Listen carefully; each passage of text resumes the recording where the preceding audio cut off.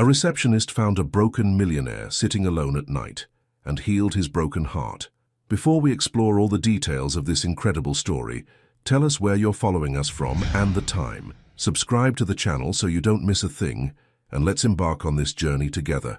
Some nights change everything, and Delilah Moore should have seen it coming. The grand lobby of the Ocean View Grand Hotel had settled into its familiar midnight stillness. Crystal chandeliers cast gentle shadows across marble floors that reflected the last whispers of San Diego's evening fog rolling in from the harbor. Delilah adjusted her name tag for the 100th time that shift, her fingers unconsciously smoothing the burgundy fabric of her uniform as she reviewed the final checkout procedures. 2 years, 730 nights of this same routine, and she had learned to read the hotel's moods like a favorite book. The way the elevator hummed differently when it was truly empty, how the ocean breeze through the revolving doors carried different scents depending on the tide, the subtle creak of leather chairs in the lounge when the last businessman finally called it a night. But tonight felt different. Delilah's grandmother always said she had a gift for sensing when the air was about to shift. "That child can feel a storm 3 counties away," Grandma Rosie would tell anyone who'd listen, pride warming her voice. Tonight, that familiar tingling crawled up Delilah's spine as she filed the last of the evening's paperwork. The clock above the concierge desk read 12:47 a.m. when she first noticed him. A man sat motionless in one of the plush armchairs near the floor-to-ceiling windows, his silhouette barely visible against the twinkling lights of the city below.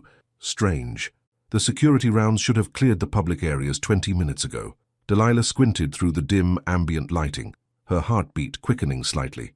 His expensive suit was wrinkled beyond repair, the jacket hanging loose on his broad shoulders, like he'd been wearing it for days. Dark hair fell across his forehead in disheveled waves, and his hands were shaking so subtly that most people would have missed it. But Delilah had spent years perfecting the art of noticing what others overlooked. She approached slowly, her soft-soled shoes silent against the marble. Something about his posture, the way his head tilted just so, the careful positioning of his shoulders, told her this wasn't about hotel policy or security protocols. This was about something much more fragile. "Excuse me, sir." Her voice emerged softer than usual, instinctively gentle. "The lobby officially closes at midnight, but are you all right?" He didn't move. For a moment, Delilah wondered if he'd even heard her. Then slowly he lifted his head. The face that turned toward her made her breath catch. She knew him. Not personally, but she'd seen those sharp cheekbones and steel-gray eyes in the business section of the San Diego Tribune. Liam Hartwell, the engineering prodigy who'd revolutionized yacht design before disappearing from public view 6 months ago. But the man staring at her now looked nothing like the confident entrepreneur from those newspaper photos. His eyes were red-rimmed and hollow, carrying a weight that seemed to pull at the very air around him. "You ever feel like your life just stopped?" he whispered, his voice rough with exhaustion. "Like the whole world kept spinning, but you got left behind in the dark?" The question hit Delilah like a physical force. She'd felt exactly that way 3 years ago, when her mother's medical bills forced her to drop out of nursing school, when dreams had to be folded away like out-of-season clothes, tucked into corners where they couldn't hurt so much. Instead of answering immediately, she pulled the guest chair closer and sat down, maintaining careful distance while closing the space between them emotionally. "I think," she said slowly, "that sometimes we don't get left behind. Sometimes we just need to stop moving long enough to figure out which direction we actually want to go." For the first time since she'd approached, Liam's shoulders seemed to relax a fraction. He studied her face as if searching for something, sincerity perhaps, or just basic human kindness. "I should probably go," he said, but made no move to stand. "Should probably and want to are 2 different things," Delilah replied gently. "The lobby might be closed, but I could make some tea. Earl Grey calms the mind, my grandmother always says." The silence stretched between them, filled with the distant sound of waves against the harbor walls. Liam's hands had stopped shaking. "I haven't had tea in—" He paused, confusion flickering across his features. "I can't remember the last time I had tea." "Then it's definitely time," Delilah said, rising gracefully. "I'll be right back." As she walked toward the employee break room, she could feel his eyes following her. Something in her chest tightened, with an emotion she couldn't quite name. This wasn't just about hospitality or professional courtesy. This felt like the beginning of something that would change everything. And as Delilah reached for the tea canister, her grandmother's words echoed in her mind. "Some people come into our lives like storms, child. Others come like gentle rain, but the ones who matter most, they come like morning sun after the longest night. She turned back toward the lobby, 2 steaming mugs in her hands, and found Liam watching her return with something that might have been hope flickering in those grey eyes. What she didn't know was that this simple act of kindness would unravel every wall they'd both built around their hearts. What would you do if you found someone broken in the middle of the night? Would you stop to listen or walk away? The steam from 2 ceramic mugs created delicate spirals in the dim lobby lighting, carrying the warm scent of bergamot between them like an unspoken invitation. Delilah settled back into her chair, wrapping her fingers around her own mug for comfort as much as warmth. Across from her, Liam stared at the tea as if it held answers to questions he'd forgotten how to ask. The silence between them wasn't uncomfortable. It was the kind of quiet that happens when 2 people recognize something broken in each other. "You don't have to stay," he said finally, though his voice carried no conviction. "I'm sure you have things to do, people waiting. My grandmother's asleep by now, and my shift doesn't officially end until 6 a.m. Delilah took a small sip, letting the tea warm her throat. "Besides, someone once told me that the best conversations happen when you least expect them." Liam lifted the mug with careful hands, as if afraid it might shatter. When he tasted the tea, something in his expression softened. "It's been months since anyone just sat with me, without wanting something." The admission hung in the air between them, raw and honest. Delilah had worked in hospitality long enough to recognize the difference between loneliness and isolation. Loneliness was missing people. Isolation was forgetting that connection was even possible. "People always want something," she said gently. "Sometimes it's money, sometimes it's status, but sometimes—" She paused, choosing her words carefully. "Sometimes they just want to not feel alone for a while." Liam's grey eyes found hers over the rim of his mug. "Which one are you?" The question should have felt invasive, but instead, it felt like the first honest thing either of them had said all night. Delilah considered her answer, watching the way the lobby's ambient lighting played across his tired features. "I'm the kind of person who makes tea at 1 in the morning for strangers who look like they've forgotten what kindness feels like." Something shifted in Liam's posture. His shoulders dropped slightly, and for the first time since she'd approached him, he seemed to truly settle into the chair. "You're not what I expected." "What did you expect?" "Someone who'd call security. Someone who'd follow protocol."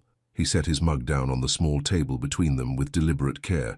"Someone who wouldn't see that I'm barely holding it together." The vulnerability in his voice made Delilah's chest tighten. She'd heard that same note of barely contained desperation in her own voice 3 years ago, when the medical bills started piling up and her dreams began crumbling like sandcastles at high tide. "I don't know what happened to you," she said quietly, "but I know what it looks like when someone's world falls apart. You learn to recognize the signs."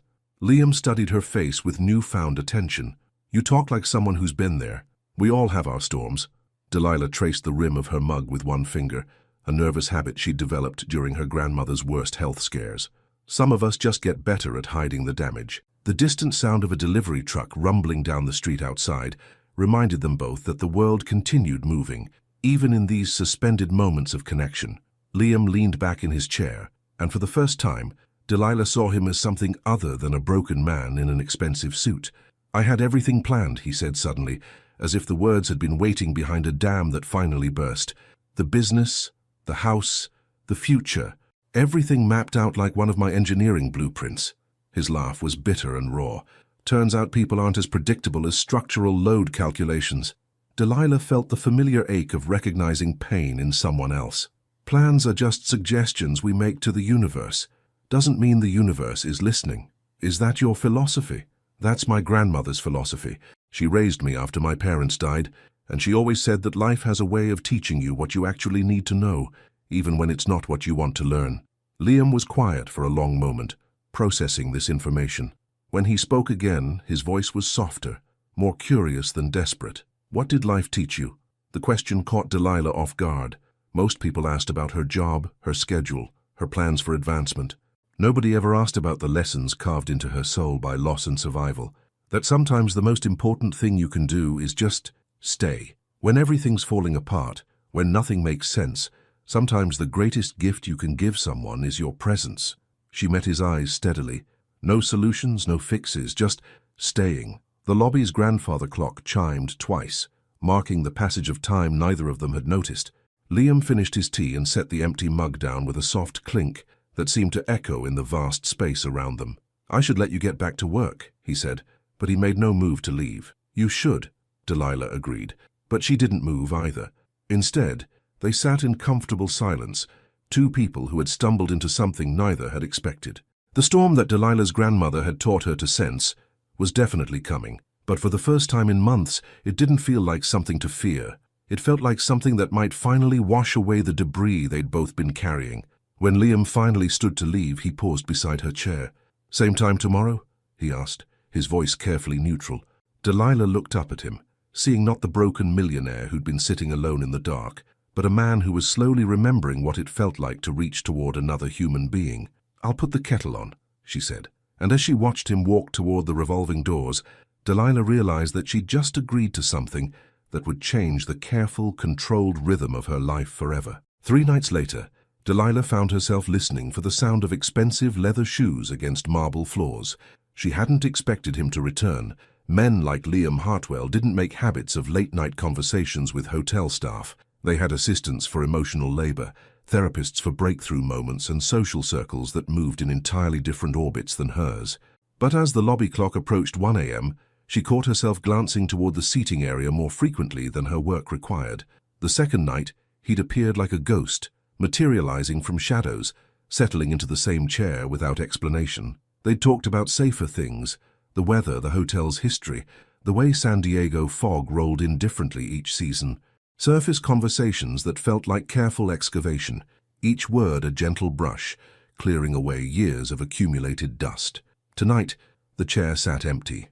Delilah tried to focus on her closing procedures, but her attention kept drifting. She told herself it was normal curiosity, professional concern for a guest who'd seemed so lost, but the disappointment settling in her chest felt too personal for professional distance. "You're distracted tonight." The voice came from behind her, and Delilah spun around so quickly she nearly knocked over her coffee mug. Liam stood near the concierge desk, wearing dark jeans and a simple grey sweater instead of his usual wrinkled suit. The change made him look younger, more approachable, and somehow more real. "I didn't hear you come in," she said, her hand pressed against her chest where her heart was doing complicated rhythms. "I've been sitting in the parking garage for 20 minutes. He ran a hand through his hair, a gesture that seemed both nervous and familiar. "Trying to convince myself this was a bad idea." "What changed your mind?"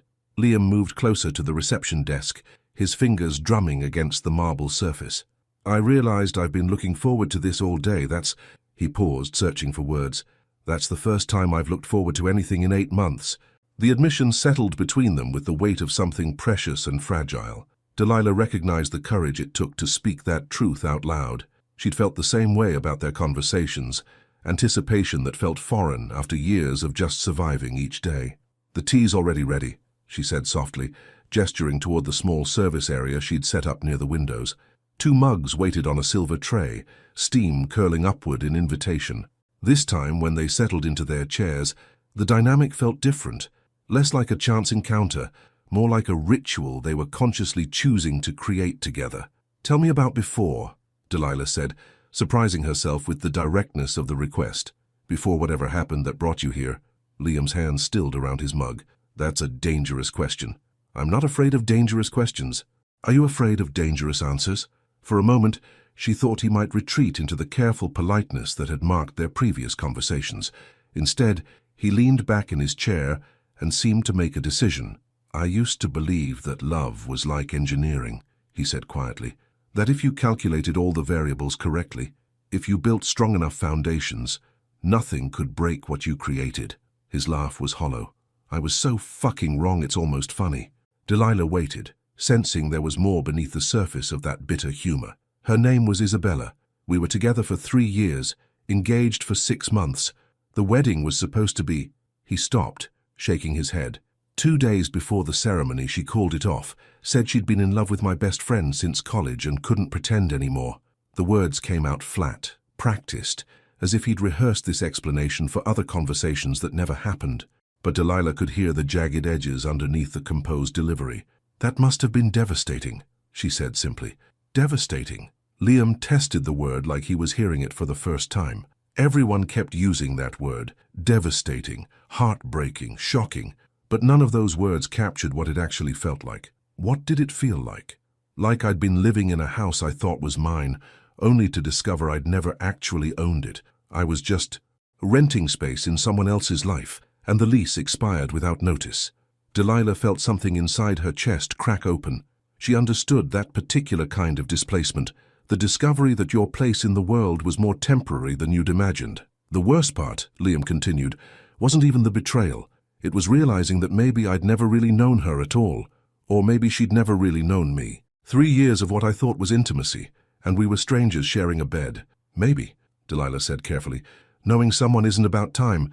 Maybe it's about truth. Liam looked at her with sharp attention. What do you mean? You can spend years with someone and never show them who you really are.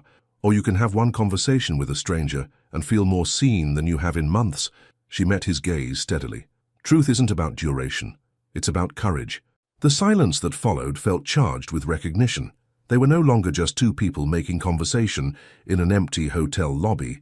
They were two people acknowledging that something real was happening between them, something that defied the careful boundaries they'd both learned to maintain. I should probably warn you, Liam said quietly. I'm not good company these days. I'm angry, I'm bitter, and I don't trust my own judgment about people anymore. And I should probably warn you, Delilah replied, that I'm not the kind of woman who scares easily. Anger I can handle, bitterness fades. But dishonesty, she shook her head, that's what I can't work with. Are you always this direct? Only when it matters. Liam set down his empty mug and leaned forward slightly, studying her face as if trying to memorize the arrangement of her features. Why does this matter, Delilah? The question hung in the air between them, loaded with implications neither was quite ready to name, but as Delilah looked into his grey eyes, she realized that pretense had become impossible. Because, she said quietly, I haven't felt this awake in 3 years. And in that moment both of them understood that they'd crossed a line from which there would be no safe return. The first rays of dawn filtered through the lobby's massive windows, painting everything in shades of gold and amber that made the previous night's confessions feel like shared secrets from another world. Delilah glanced at the grandfather clock and felt a jolt of surprise. 4:30 a.m. They'd been talking for over 3 hours, and it had felt like minutes. Her shift supervisor, Miguel, would arrive in 90 minutes to find her still in yesterday's uniform, her careful composure replaced by something softer and more vulnerable. I should let you finish your work, Liam said, but he made no move to leave. Instead, he watched her gather scattered papers with the focused attention of someone memorizing details. It's mostly done. Delilah's fingers fumbled with the evening reports, her usual efficiency compromised by the awareness of his gaze. Just the final security check and inventory count. Can I walk with you? The question surprised them both. Liam looked as startled by his own words as Delilah felt hearing them. But something had shifted between them in those hours of conversation, creating a gravity that made separation feel unnatural. Yes, if you want to. They moved through the hotel's quiet corridors together, their footsteps creating a gentle rhythm against polished floors. Delilah checked conference rooms and storage areas with practiced efficiency, while Liam followed at a respectful distance, his presence both comforting and electric. You're good at this, he observed, as she reset the thermostat in the business center. 5 years of practice, 3 here, 2 at the Marriott downtown before this. She paused, realizing how automatic that response had been. Why do you ask? You move like someone who cares about details, like this place matters to you. Delilah considered this as they walked toward the service elevator.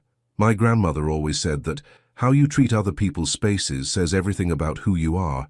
Even if it's just a job, it's still your signature on the world. Wise woman. The wisest. Delilah's voice softened with affection. She raised me after my parents died in a car accident when I was 12. Worked 3 jobs to keep us in our apartment. Never once complained about having her retirement plans turned upside down. They reached the basement level where she needed to check the laundry facilities. The fluorescent lighting was harsher down here, more institutional, but somehow their conversation maintained its intimate quality. That's why you left school, Liam said quietly. It wasn't a question. Delilah nodded, running her hand along the industrial washing machines as she counted them. Nursing school. I was 2 years in when she had her first heart attack. The medical bills, the missed work, someone had to choose between her health and my dreams. That's not a choice anyone should have to make. No, it's not. But it's the choice I had. She turned to face him, leaning against one of the machines. I don't regret it. I just Sometimes I wonder who I might have been.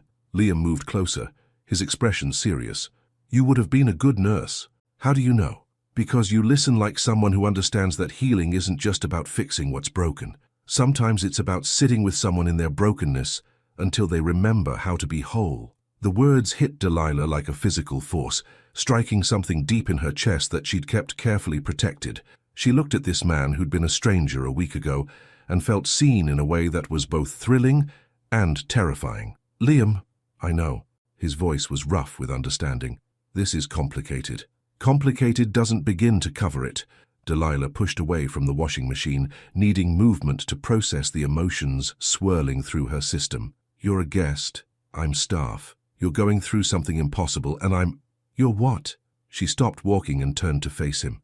I'm falling for someone I barely know, and it's the stupidest thing I've ever done. The confession hung between them like a challenge. Liam's eyes widened slightly, then darkened with something that looked like relief mixed with fear. If it helps, he said quietly, I've been thinking about you every day since Tuesday. Not just looking forward to seeing you, actually thinking about you, about things you've said, the way you laugh, how you make tea like it's a meditation. Delilah felt her breath catch. That doesn't help at all.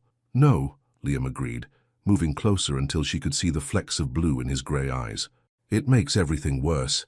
They stood there in the harsh basement lighting, surrounded by industrial equipment and the scent of industrial detergent, and Delilah thought she'd never been more aware of another person in her entire life. The space between them felt charged with possibility and danger in equal measure. We should go back upstairs, she whispered. We should, he agreed.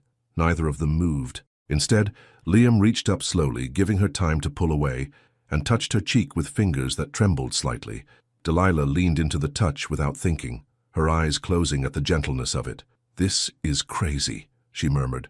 Completely insane, he agreed, his thumb tracing the line of her cheekbone. When she opened her eyes, his face was closer than before, close enough that she could see the exhaustion that still lingered around his eyes, the vulnerability he was trying so hard to hide, the way he was looking at her like she might disappear if he blinked. Delilah, he said, her name a question and a prayer. I know, she whispered back, and in that basement surrounded by washing machines and fluorescent lights, something irrevocable shifted between them. They didn't kiss. That would come later when they were both ready to acknowledge what was happening. But they stood there, foreheads almost touching, breathing the same air and understanding that their careful friendship had just transformed into something far more dangerous.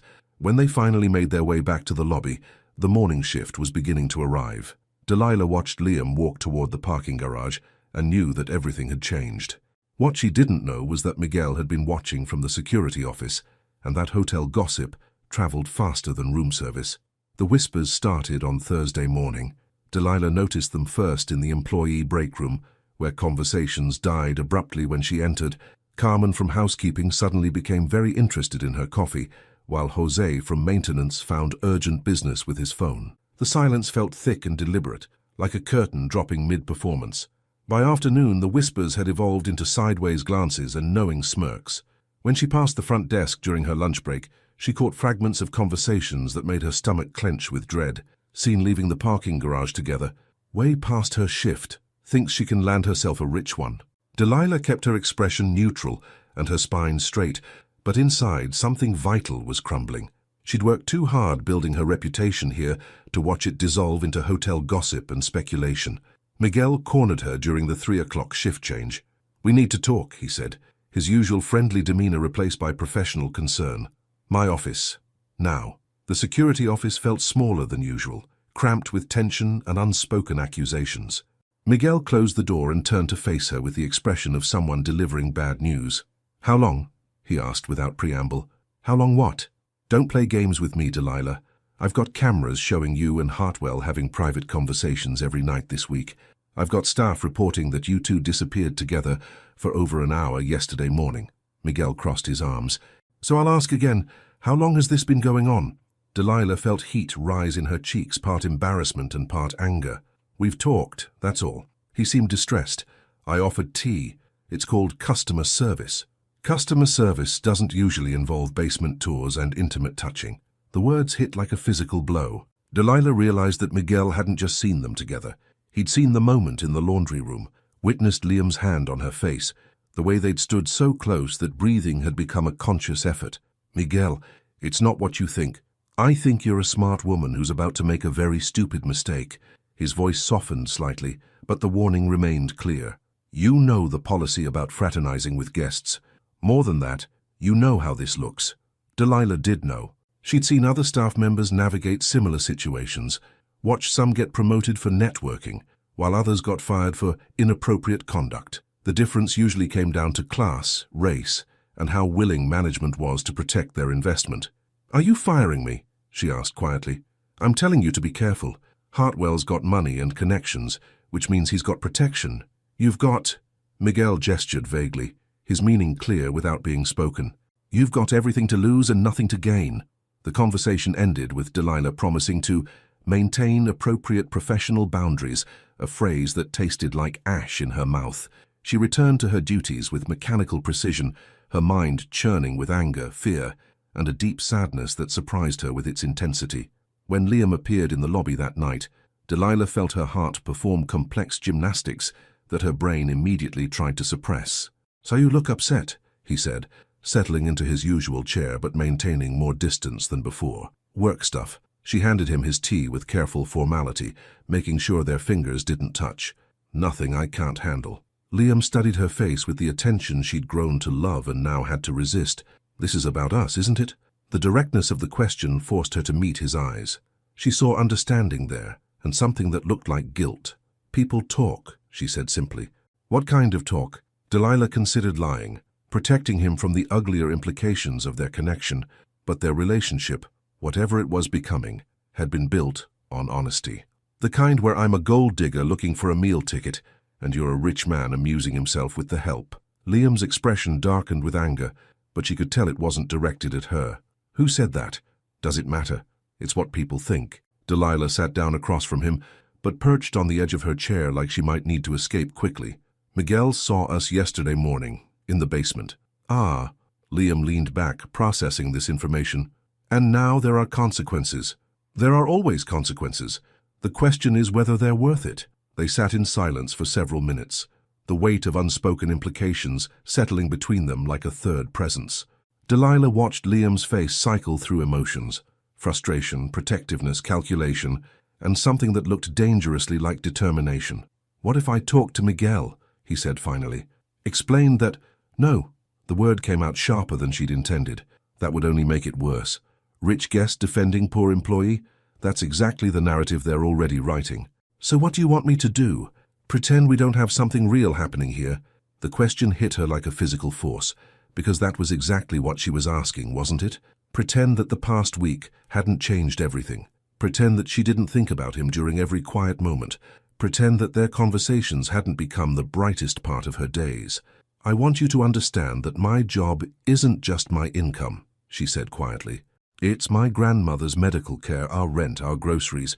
It's everything that keeps us stable." She met his eyes steadily. "I can't risk that. Not for anyone." Liam was quiet for a long moment, his hands wrapped around his mug like an anchor. When he spoke, his voice was rougher than usual. "You're right, I'm sorry, I wasn't thinking about what this could cost you. I know you weren't. That's not your fault. It's just the reality of different worlds."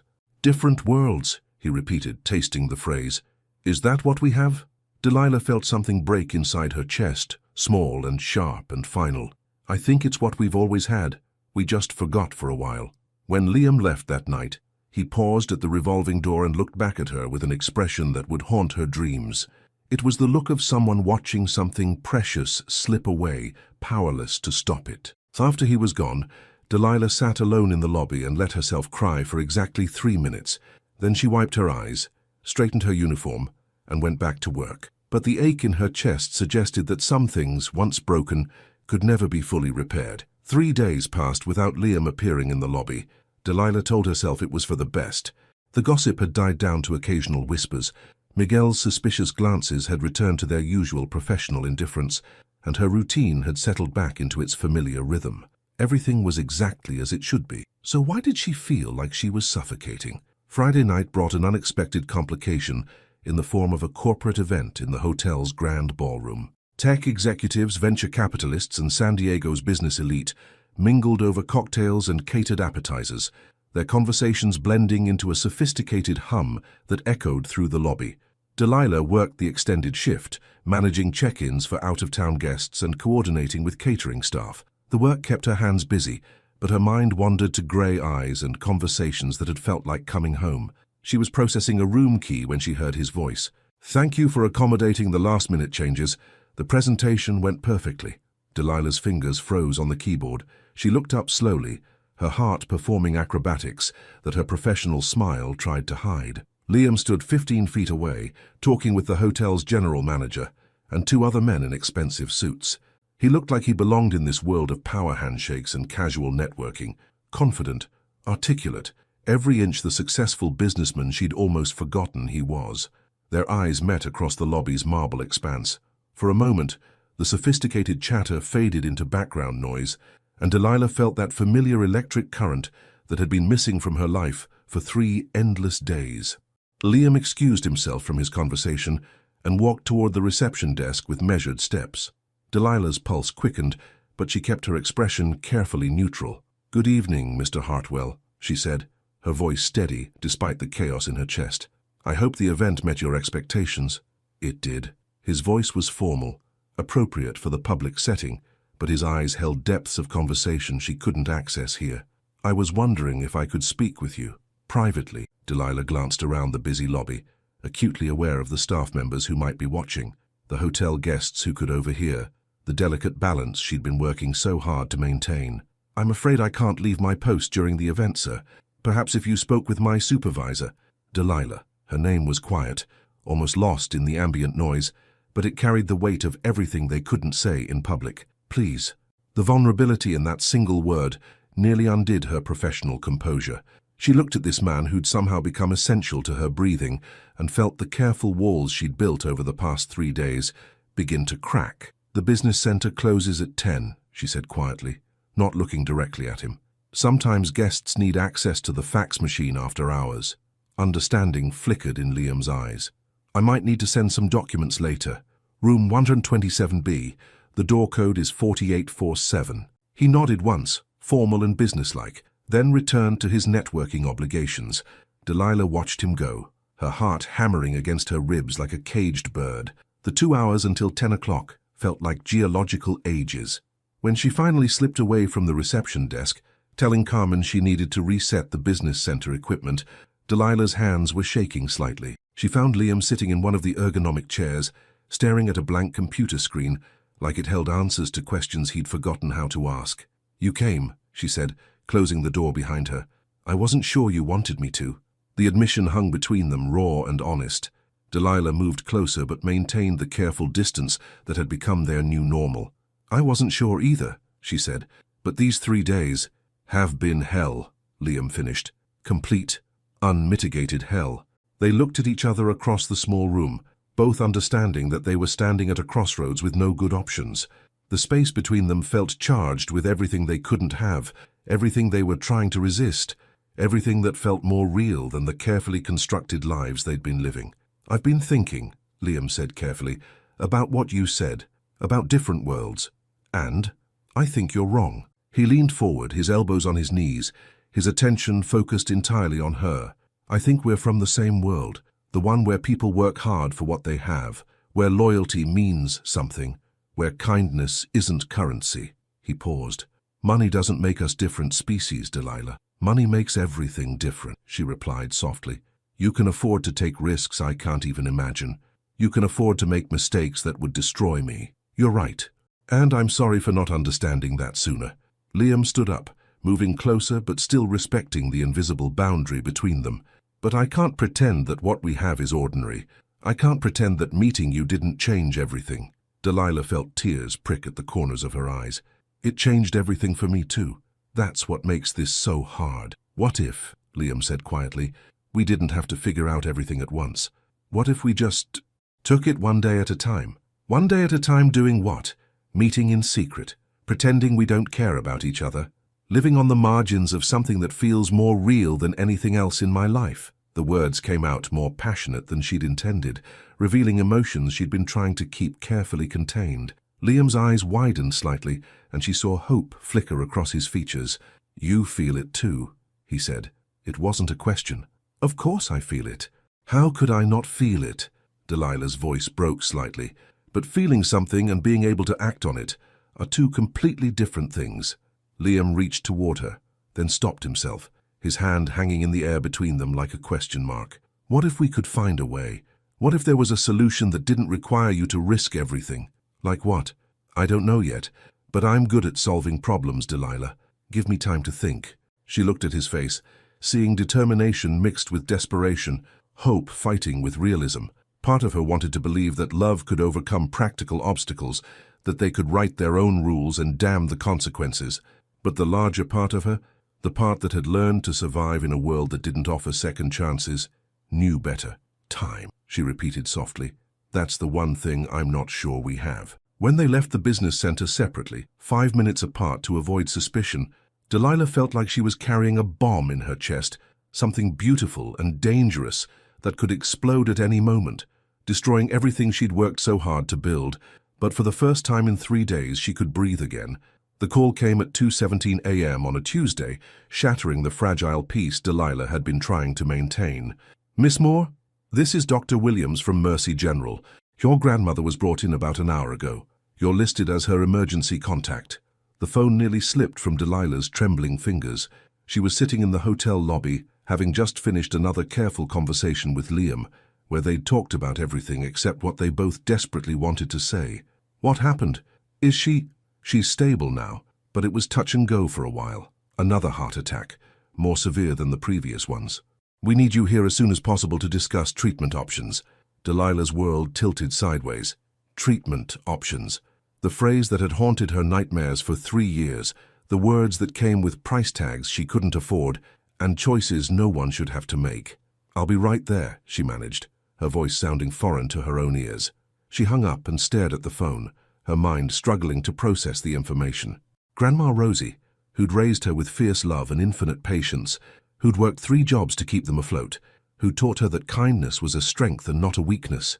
Delilah, what's wrong? Liam's voice cut through her paralysis. She looked up to find him standing beside her chair, his face creased with concern.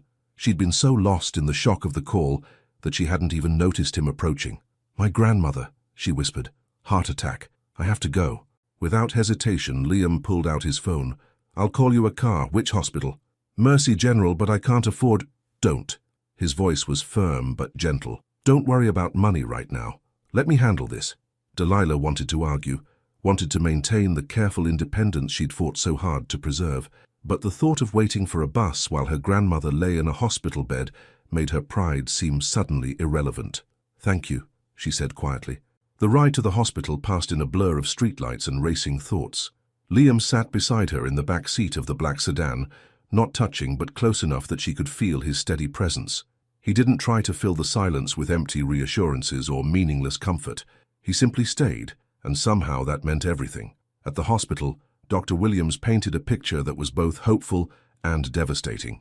Grandma Rosie was alive, but she would need extensive cardiac rehabilitation, possibly surgery, and definitely long-term care that would cost more than Delilah made in 2 years. The good news is that she's responding well to treatment, Dr. Williams said, his kind eyes reflecting years of delivering impossible news to families like theirs. The challenging news is that this level of care isn't covered by her current insurance. Delilah felt the familiar weight of impossible choices settling on her shoulders. She could hear Liam's sharp intake of breath beside her, understanding immediately what those words meant for her future. How much time do I have to figure out the financial arrangements? She asked, her voice steady despite the earthquake happening inside her chest. We can keep her comfortable for now, but without a clear payment plan, we'll need to transfer her to the county facility within 72 hours. The county facility, where understaffed nurses managed too many patients and hope went to die slowly. Delilah had visited friends' relatives there before. She knew what those words meant. In the hallway outside the doctor's office, Liam caught her arm gently. Delilah, let me help. No. The word came out sharper than she'd intended. This isn't your responsibility. Maybe not. But I care about you, which means I care about the people you love. Caring doesn't make this your problem to solve. Liam ran a hand through his hair, frustration and helplessness warring in his expression. What if it didn't have to be charity? What if there was another way? Like what? I don't know yet, but give me time to think. Don't make any decisions about transferring her until we explore all the options. Delilah looked at this man who'd somehow become central to her world and felt a dangerous hope blooming in her chest. Hope was a luxury she couldn't afford, but standing in this sterile hospital corridor with the smell of disinfectant and despair surrounding them, she found herself clinging to it anyway. 3 days, she said quietly. That's all the time we have. When they finally went in to see Grandma Rosie, Delilah felt her heart break a little more.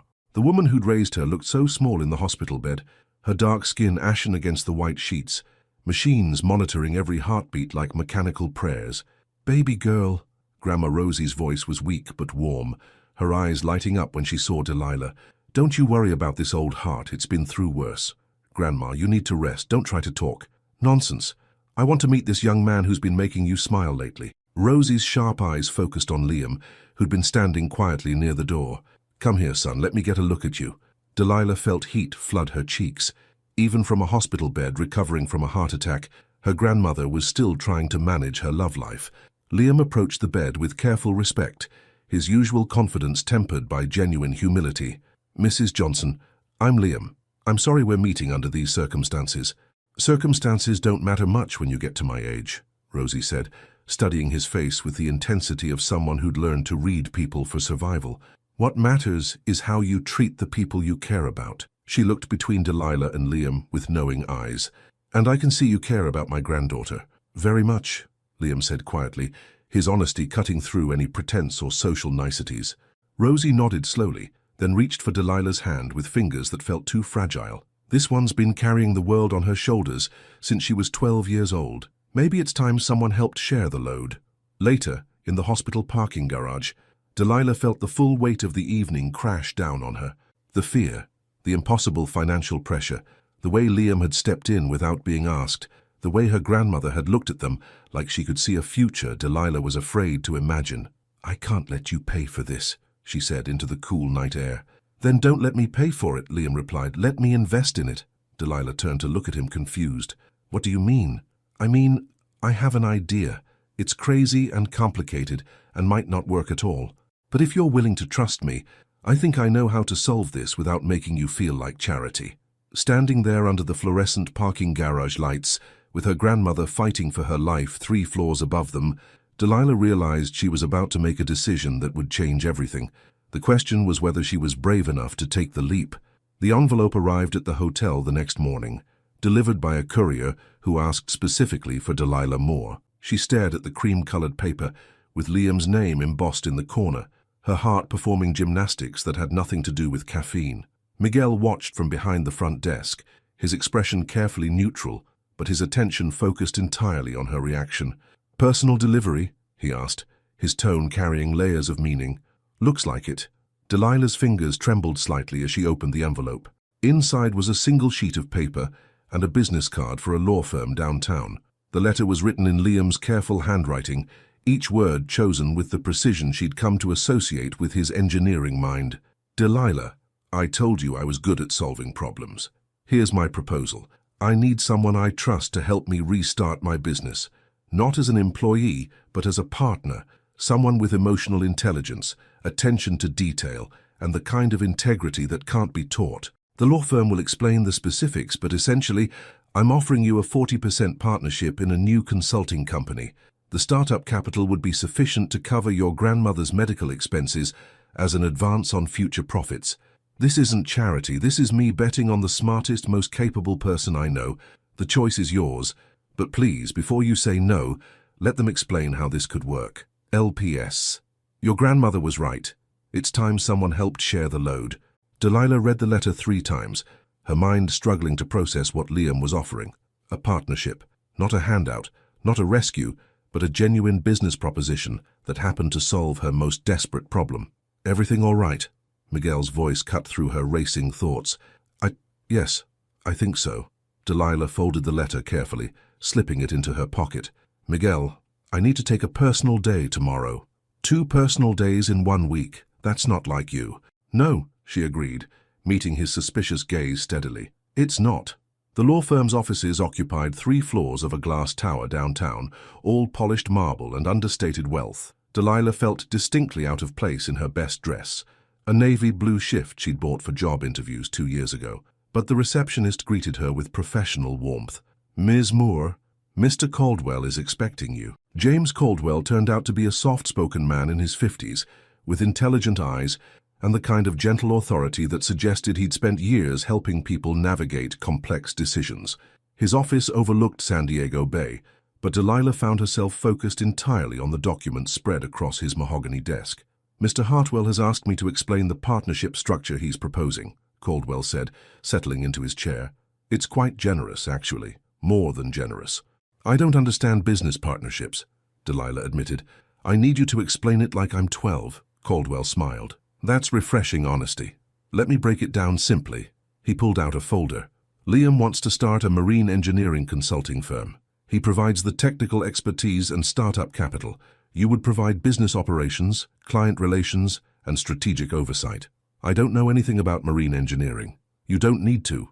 Your job would be understanding people, clients, employees, vendors, the human side of business that most technical people struggle with." Caldwell leaned forward. "Liam believes you have exceptional emotional intelligence and practical wisdom. Based on our conversation, I'm inclined to agree." Delilah felt heat rise in her cheeks. "What exactly would my responsibilities be?" "Initially, learning the business. Liam would mentor you through the first year, while you handle client communications, project coordination, and operational efficiency. Eventually, you'd take over the business side entirely while he focuses on the technical work." "And the financial arrangement?" 40% ownership stake in the company. Your grandmother's medical expenses would be covered as an advance against future profits, but you'd be earning that money through your work, not accepting charity." Caldwell's expression grew serious. "I want to be clear about something, Ms. Moore. This is a legitimate business proposition. Liam has shown me projected revenues, market analysis, and a 5-year business plan. He's not creating a job for you. He's offering you a career." Delilah stared at the contract in front of her, the legal language swimming together into incomprehensible patterns. "Why would he do this?" "Because he believes in your potential, and because—" Caldwell paused, choosing his words carefully. "Because he cares about your future in a way that goes beyond professional interest." The admission hung in the air between them, acknowledging what everyone could see, but nobody had been willing to name directly. "This is crazy," Delilah whispered. "The best opportunities usually are." That evening, Delilah sat beside her grandmother's hospital bed, the unsigned contract spread across the rolling tray table. Grandma Rosie had been awake for most of the day, her color better and her voice stronger. "You look like you're wrestling with something big, baby girl," Rosie observed, her sharp eyes taking in Delilah's troubled expression. "Grandma, what would you do if someone offered you everything you wanted but you weren't sure you deserved it?" I'd ask myself whether I was confusing deserving with being scared. Rosie reached for Delilah's hand, her grip surprisingly firm. "Fear has a way of dressing itself up as humility, making us think we're being modest when we're really just being cowards. But what if I fail?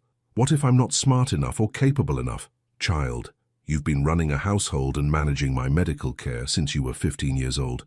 You think that takes less intelligence than some fancy business degree?" Rosie's voice carried the gentle firmness that had guided Delilah through every major decision of her life. "Besides, failure is just education wearing a disguise. What about the other part, the personal part?" Rosie smiled, and for a moment, she looked like the vibrant woman who'd raised Delilah with such fierce love. "That boy looks at you like you hung the moon, baby. And more important, he looks at you like he sees exactly who you are, not who he thinks you should be." She squeezed Delilah's fingers gently. "That's rarer than you might think." Later that night, Delilah called the number on Liam's business card. He answered on the first ring as if he'd been waiting beside the phone. "Delilah?" "The contract," she said without preamble. "Is this real? All of it? Every word? The business plan? The partnership? The financial projections? It's all legitimate. And if it doesn't work out, if I'm terrible at it, then we'll figure out something else. Together." His voice was steady, certain. "But you won't be terrible at it. You're the most naturally gifted people person I've ever met." Delilah closed her eyes, standing at the crossroads between the safe, predictable life she'd built and the terrifying possibility of something extraordinary. "Okay," she whispered. "Yes, I'll do it." The silence on the other end of the line stretched for so long that she wondered if the call had dropped. Then Liam's voice came through, rough with emotion. "Thank you for trusting me."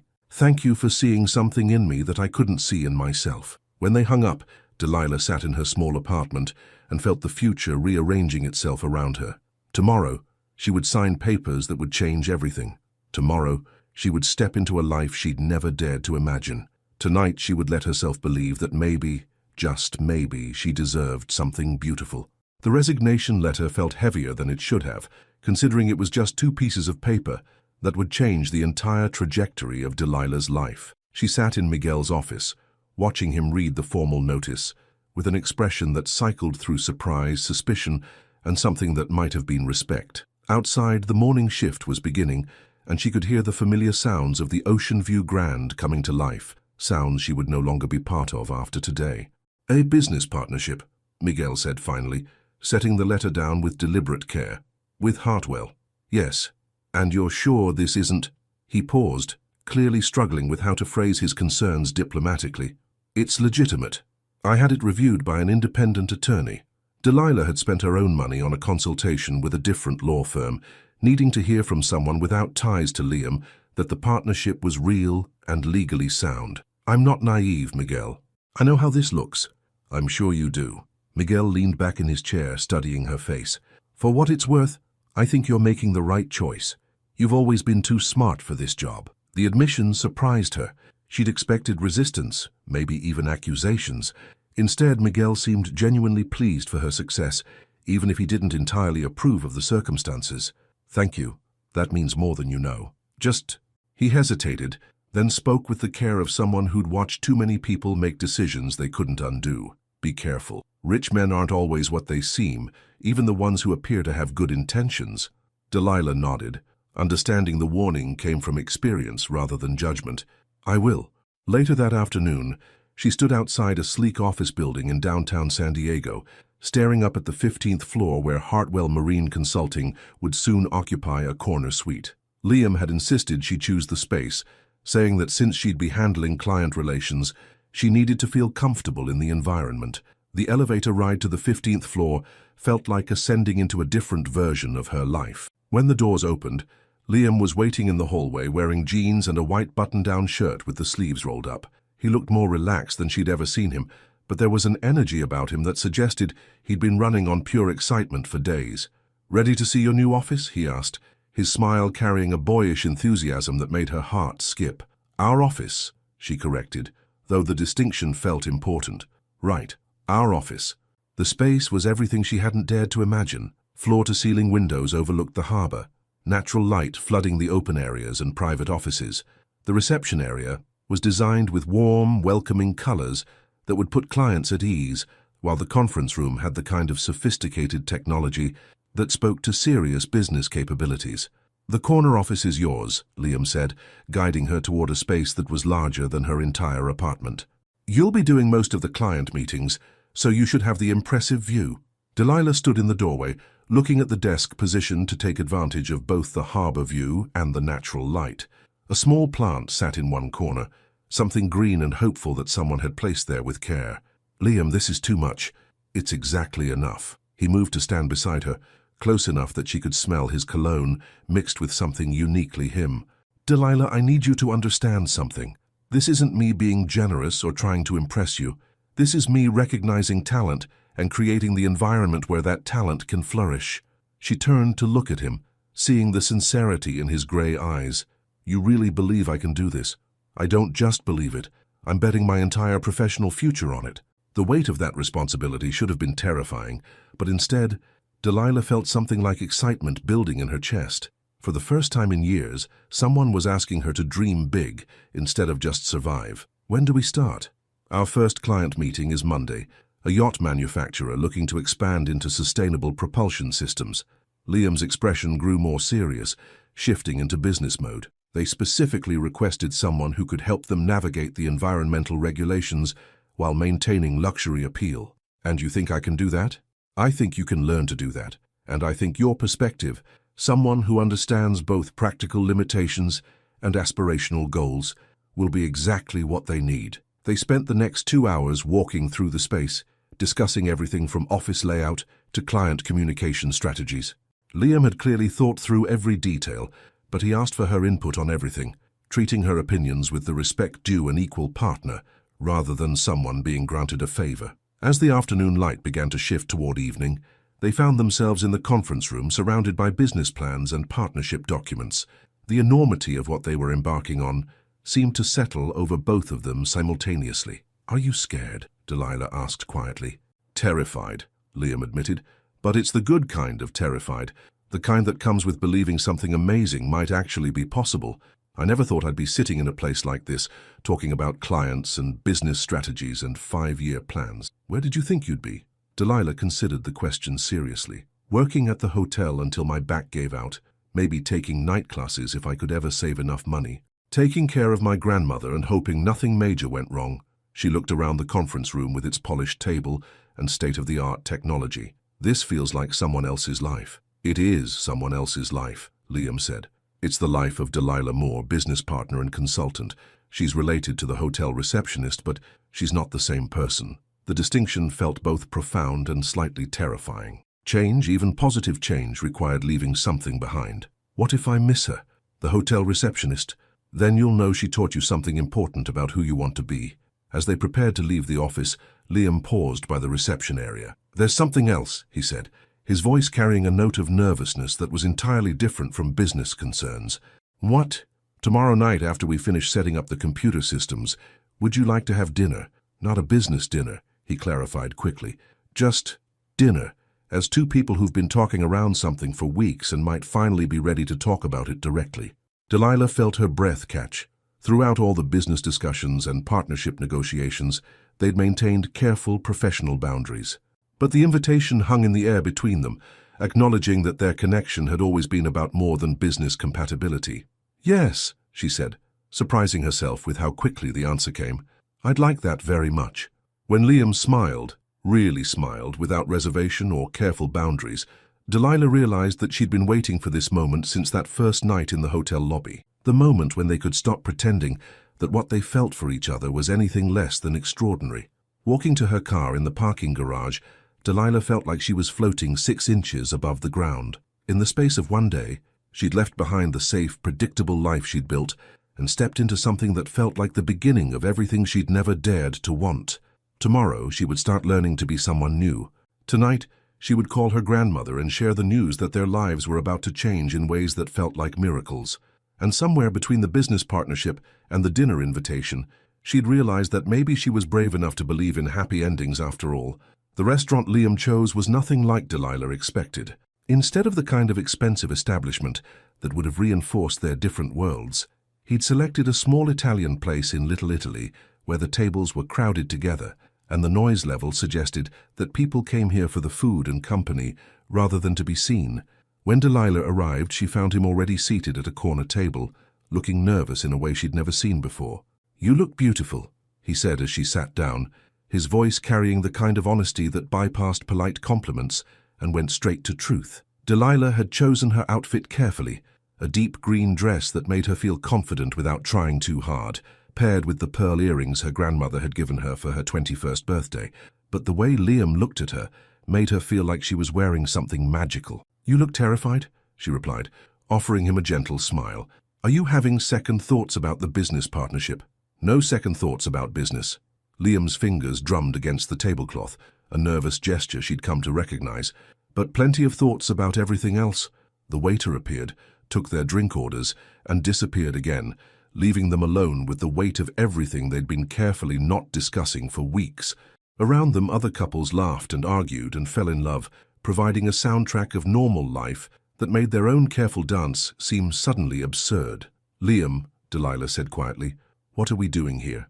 "Hopefully," he said, "we're finally having the conversation we should have had weeks ago." "Which conversation is that?" "The one where I tell you that meeting you changed everything about how I see the world, and you tell me whether that terrifies you as much as it terrifies me." The honesty of the statement hit Delilah like a physical force. She'd been expecting careful navigation around their feelings, diplomatic acknowledgement of their connection. Instead, Liam had cut straight to the heart of everything that mattered. "It does terrify me," she admitted, "but not for the reasons you might think. Tell me." Delilah took a sip of her wine, gathering courage for words she'd never said out loud. "I'm terrified because I've never felt this way about anyone. I'm terrified because when I'm with you I forget to be careful. I'm terrified because you make me want things I never thought I could have. What kind of things? A future that isn't just about surviving. Someone to build something with, instead of just carrying everything alone. She met his eyes across the small table. Love that feels like coming home instead of another responsibility to manage. Liam was quiet for a long moment, his grey eyes studying her face as if he was memorizing every detail. When he spoke, his voice was rougher than usual. I was engaged for 6 months, and I never felt a fraction of what I feel when you make me tea at 2 in the morning. The admission hung between them, loaded with implications that neither of them could ignore anymore. Liam, I know it's complicated. I know the timing is terrible and the circumstances are messy, and there are 1,000 reasons why this is a bad idea. He leaned forward, his attention focused entirely on her. But I also know that I haven't felt truly alive since before Isabella left, and then you appeared in a hotel lobby and everything changed. What exactly are you saying? I'm saying that I think I'm falling in love with you, and I want to know if there's any chance you might be falling in love with me too. The words hit Delilah like a shockwave, even though part of her had been expecting them. They sat there in the crowded restaurant, surrounded by the ordinary magic of other people's Friday nights, and she felt the last of her careful defenses crumble. I don't think I'm falling in love with you, she said quietly. Liam's face went very still, and she saw him preparing to hear rejection. I think I already fell. Weeks ago. Maybe that first night when you asked me if I'd ever felt like the world stopped spinning. She reached across the table and touched his hand, feeling the way his fingers immediately wrapped around hers. I've been trying to talk myself out of it ever since. And how's that working for you? Terribly, absolutely terribly. Liam's smile started slowly, then spread across his face like sunrise. Good, because I was planning to fight for this, and it's going to be much easier if you're not fighting against me. Fight for what, exactly? For us. For the possibility that two people who've both been broken by love might be exactly what each other needs to heal. He turned his hand palm up, threading their fingers together properly, for the chance to build something real together, both in business and in life. Delilah felt tears prick at the corners of her eyes, but they were the good kind of tears, the kind that came with hope instead of despair. What if we mess it up? What if mixing business and personal ruins everything? Then we'll figure it out as we go. But Delilah, I'd rather mess this up trying than spend the rest of my life wondering what might have been. The waiter returned to take their dinner orders, and they spent several minutes navigating the menu while their hands remained linked across the table. It was such a small gesture, but it felt revolutionary. The first time they'd allowed themselves to show affection in public, the first acknowledgement that they were more than business partners or late-night confidants. There's something else I need to tell you, Liam said after the waiter left. More confessions. More honesty. His expression grew serious. The business partnership, the office, all of it, it's completely legitimate. But it wasn't my first idea. Delilah felt a flutter of concern. What was your first idea? To offer to pay your grandmother's medical bills directly. No strings attached, just help from someone who cares about you. He squeezed her fingers gently. But I realized that would be exactly the wrong thing to do. Not because I don't want to help, but because you needed something that honored your independence and your capabilities. So you created a business partnership instead. I created an opportunity for you to save your grandmother yourself, using talents you already had but maybe didn't recognize. Liam's voice carried quiet conviction. You didn't need rescuing, Delilah. You needed a chance to be everything you're capable of being. The distinction mattered more than she could express. It was the difference between charity and investment, between being saved and being empowered, between feeling grateful and feeling proud. That's why you really think this will work, she said, understanding dawning. Not because you're doing me a favor, but because you genuinely believe I can do this. I don't just believe you can do this. I believe you're going to be extraordinary at it. As their dinner arrived and they settled into easier conversation about plans and possibilities, Delilah felt something inside her chest that she'd almost forgotten how to recognize. Pure, uncomplicated happiness. They were still figuring out the details, still navigating the complex intersection of business and romance, still learning how to be vulnerable with each other. But sitting in that crowded restaurant with her hand in his, watching Liam's face light up as he talked about their shared future, Delilah realized that sometimes the most important decisions weren't about logic or practicality or careful risk assessment. Sometimes they were about having the courage to reach for something beautiful, even when you weren't sure you deserved it. And for the first time in her life, Delilah Moore felt like she was exactly where she belonged. 2 years later, the morning sun streaming through the harbor-facing windows of Hartwell Marine Consulting painted everything in shades of gold and possibility. Delilah stood at her office window, watching the boats drift across San Diego Bay while balancing her phone between her shoulder and ear. On the other end of the line, a potential client from Seattle was explaining their need for sustainable yacht design consultation, and she found herself automatically taking notes, even though she could probably handle this conversation in her sleep by now. "Absolutely, Mr. Chen. We can have a preliminary assessment to you by Thursday, and if you decide to move forward, I'll fly up next week to meet with your team in person." She ended the call and added the appointment to her calendar, smiling at how natural the words had become. Delilah Moore, consultant and business owner, discussing flights and assessments and team meetings like she'd been doing it her entire life. "Another project?" Liam's voice came from the doorway, warm with the kind of pride that had never gotten old, even after 2 years of watching her excel at everything she touched. "Luxury eco-yacht manufacturer. They want to break into the carbon-neutral market without sacrificing performance." Delilah turned to face him, taking in the sight of her business partner and, as of 3 months ago, fiancé leaning against her doorframe with his coffee mug and morning smile. "I told them we'd do the preliminary assessment for free if they let us use their project as a case study for the sustainability conference." Smart. Building the reputation while building the portfolio. "I learned from the best." Liam moved into her office, settling into the chair across from her desk that had become his unofficial spot for their morning planning sessions. The easy intimacy of the gesture still made her heart skip occasionally, the way small domestic moments sometimes felt like miracles when you'd never expected to have them. "Speaking of learning," he said, pulling out his phone, "I just got confirmation from the conference organizers. They want you to be the keynote speaker for the Environmental Innovation Panel." Delilah felt that familiar flutter of excitement mixed with disbelief. 2 years ago, she'd been making tea for hotel guests at midnight. Today, industry leaders wanted to hear her thoughts on sustainable business practices. "Are you sure they don't want both of us?" They specifically requested Delilah Moore, the business strategist who's been revolutionizing client relations in marine consulting. Liam's grin was pure delight.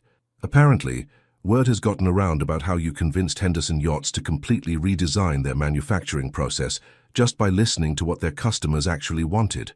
That wasn't revolutionary. That was just common sense. That was you seeing solutions that everyone else missed because you understand people in a way that most business consultants never learn." The compliment settled warmly in her chest, the way his faith in her abilities always did. 2 years of success hadn't completely erased the occasional voice that whispered she was lucky rather than capable, but moments like these made it easier to believe in her own competence. "How's your grandmother feeling about the keynote?" Liam asked, settling deeper into his chair. "She's threatening to buy a new dress for the occasion. Something about needing to look proper when her granddaughter addresses all those fancy business people." Delilah's voice softened with affection. "She's doing so well, Liam. The doctors say her heart function has improved more than they expected. She's tough, runs in the family."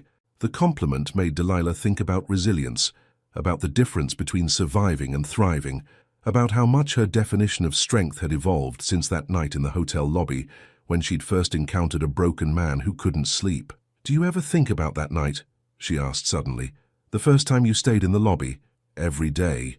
Liam's voice grew quieter, more reflective. "Not the pain part, but the moment when you sat down and offered tea instead of calling security. That was the moment my life started moving forward again. Mine too. I just didn't realize it at the time." They sat in comfortable silence for a moment, both of them looking out at the harbor where sailboats and yachts moved through the morning light with the kind of graceful purpose that had become a metaphor for their own journey together. "I have something for you," Liam said, reaching into his jacket pocket. "It's not my birthday. It's not a birthday present.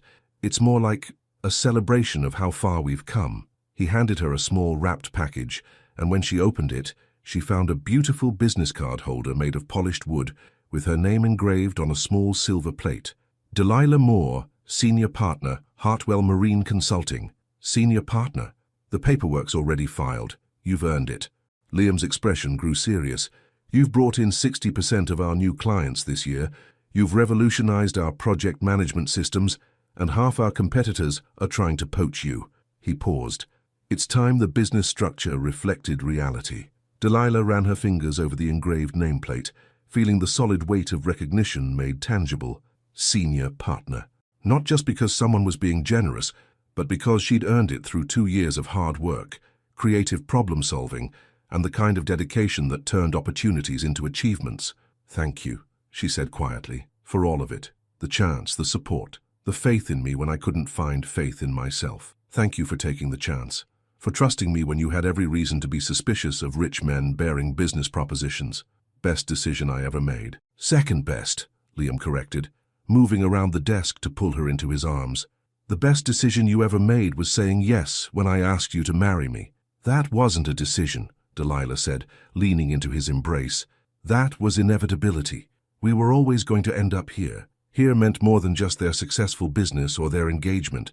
It meant the life they'd built together, carefully and intentionally, balancing professional partnership with personal intimacy, supporting each other's growth while maintaining their individual identities. "Speaking of inevitability," Liam said, "we should probably head to the wedding venue soon. Final walkthrough with the coordinator." Their wedding was still 3 months away, but they'd chosen to have the ceremony at a small oceanfront venue that overlooked the same harbor they could see from their office windows.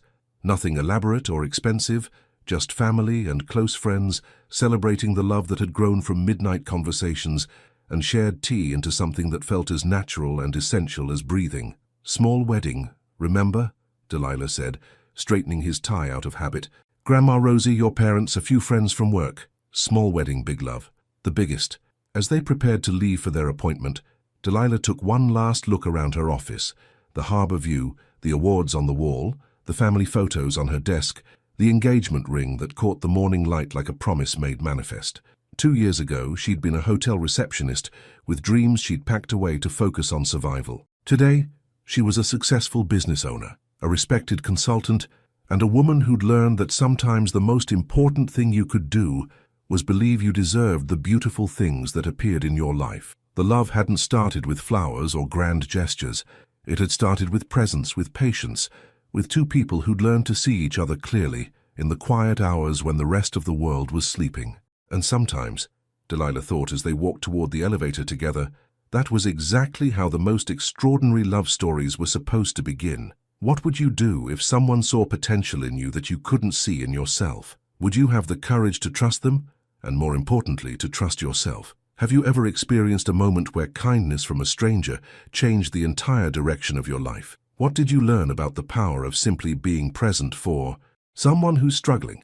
If you could go back to a time when you felt stuck or limited by circumstances, what would you tell yourself about the possibilities that might be waiting just around the corner? Your participation in the channel is very important. Please leave your opinion in the comments. Thank you so much for watching until the end. If you enjoyed this story, don't forget to subscribe to the channel, leave a like, and comment your thoughts. Your participation is very important to us. See you next time.